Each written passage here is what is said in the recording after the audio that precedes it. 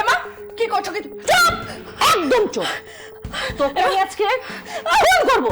তুই কি মনে করছিস তুই আমার আর আয়নের মাঝখানে চলে আসবি আমি তোকে ছেড়ে দেবো? কখনো না। শান্ত কি করছো তুমি?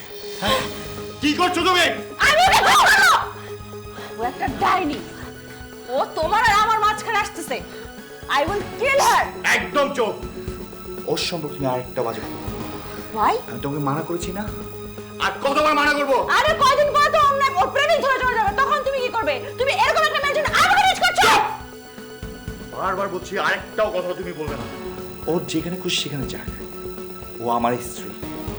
ও চলে গেল, যে সম্মানটা থাকবে আর আমার সাথে থাকবে সেই সম্মান সে পাবে। Get out! আয়ান তুমি ভুল করছো। Get out!